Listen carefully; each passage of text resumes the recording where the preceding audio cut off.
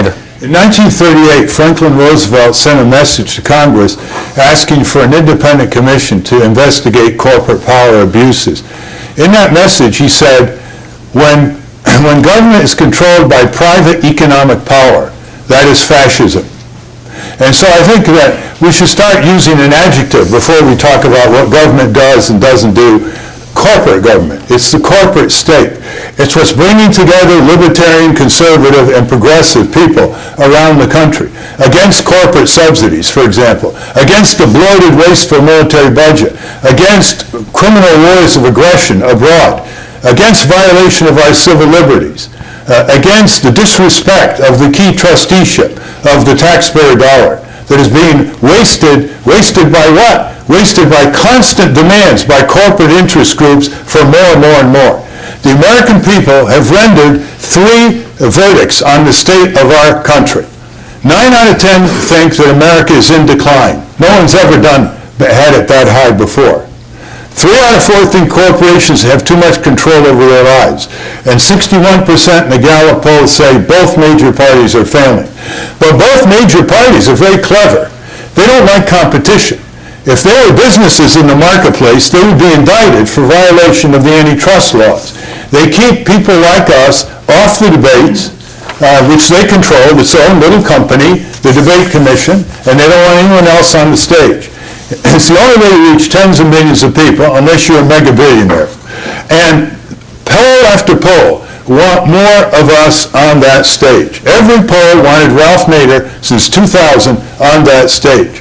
So we have a serious problem in this country, which is the indicators are all going down. More unemployment, more recession, more poverty, more consumer debt, more corporate debt, more government debt, more waste to the taxpayer's dollar, and more unenforcement of the critical health and safety laws of the United States of America. Thank you very much, Ralph Nader. Let me remind our listening audience on 90.3 WCPN that you're listening to a live debate at the City Club of Cleveland. The third-party candidates, Ralph Nader, Congressman Bob Barr, and Chuck Baldwin. This is a portion where you, gentlemen, get to ask one another a question. And Congressman Barr, you get the first question.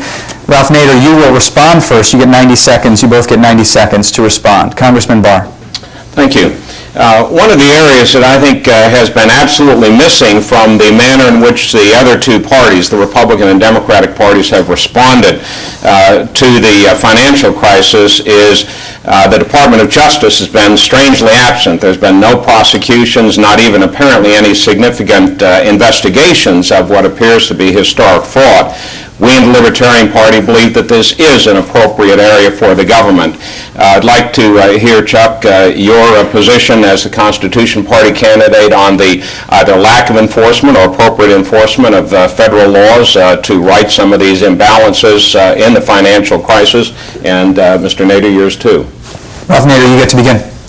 That's one of the proposals we have to deal with the corporate crime wave that the Wall Street Journal and Business Week and other publications report on daily. On our website, votenader.org, we have 14 ways to deal with the corporate crime wave. One of them is enough resources in the Justice Department. It's a shocking low number of prosecutors and investigators to do anything. When you hear the FBI is investigating, it's like saying the government's check is in the mail or something. I mean, they don't have the resources to do a job on that. The second thing, we want to shift authority to the shareholders so they control the companies that they own, and they can control the bosses who are supposed to be their employees. Right now, the SEC, over the years, has not given shareholders, they've obstructed shareholders from controlling the company that they own.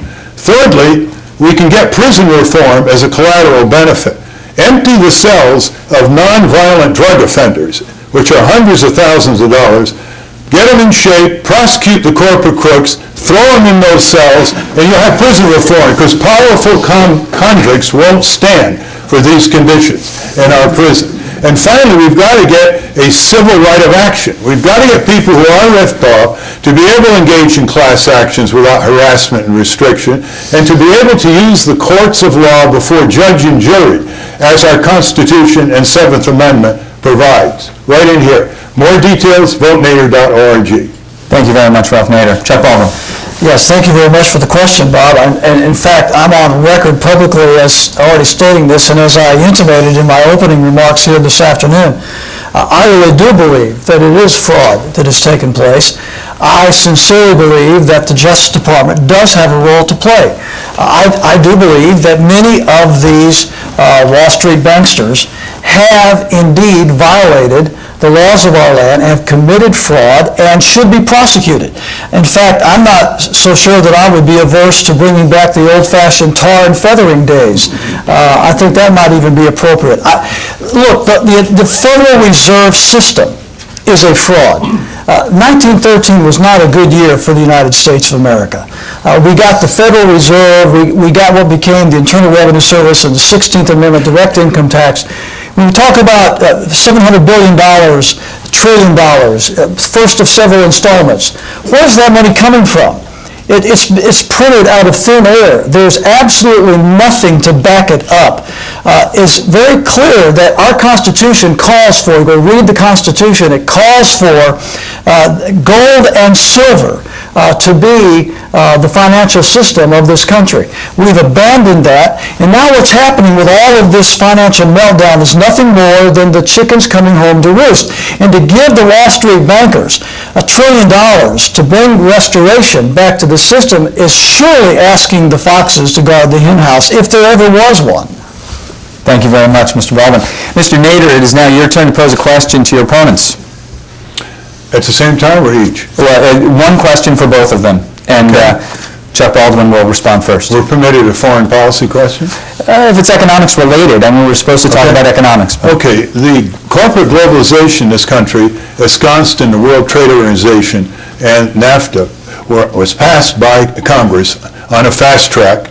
There was a limited debate, and no amendments were permitted. This is the greatest surrender of local, state, and national sovereignty in American history, because one, it gave enforceable authority to other countries to basically challenge our health, safety, labor, environmental, and consumer laws. If you were president, Mr. Baldwin or Mr. Barr, what would you do about WTO and NAFTA, all of which have a 6-month withdrawal option from membership? Right. Again, I'm on public record on this. I listened to Barack Obama talk about how that he wants to revamp NAFTA. I've heard John McCain say that he wants to expand NAFTA. Remember, it was both the Democrat Bill Clinton and the Republican Bob Dole that first brought about NAFTA.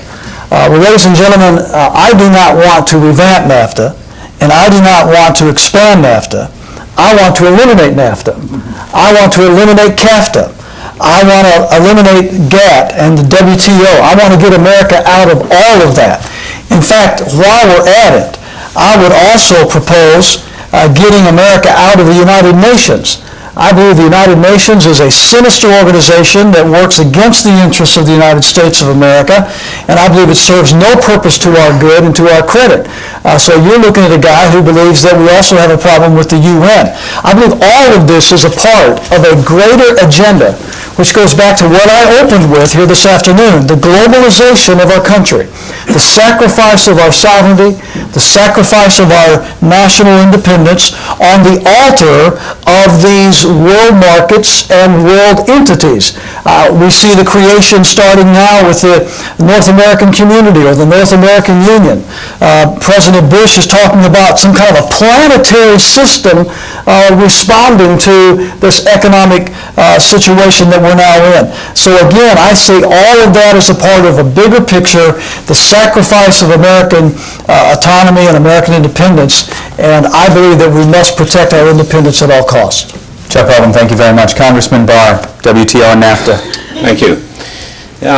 Both Senator McCain and Senator Obama and the parties that they represent are absolutely enamored of international organizations, international agreements, whether they are trade or military related. We in the Libertarian Party, and I as the standard bearer for the Libertarian Party, take a much different view. We certainly, as do most businesses and individuals here in Ohio and across the country, believe in the benefits of open and fair trade.